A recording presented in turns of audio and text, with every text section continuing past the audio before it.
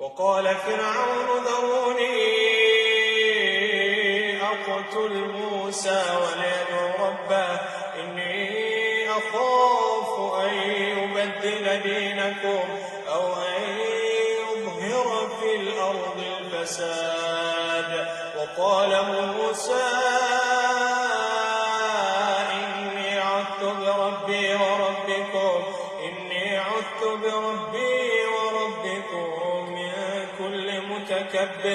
من كل متكبر لا يؤمن بيوم الحساب. وقال رجل مؤمن من آل فرعون يكتم إيمانه أتقتلون رجلا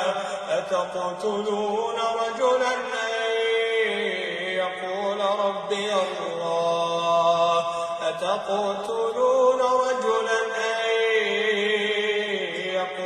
ربي الله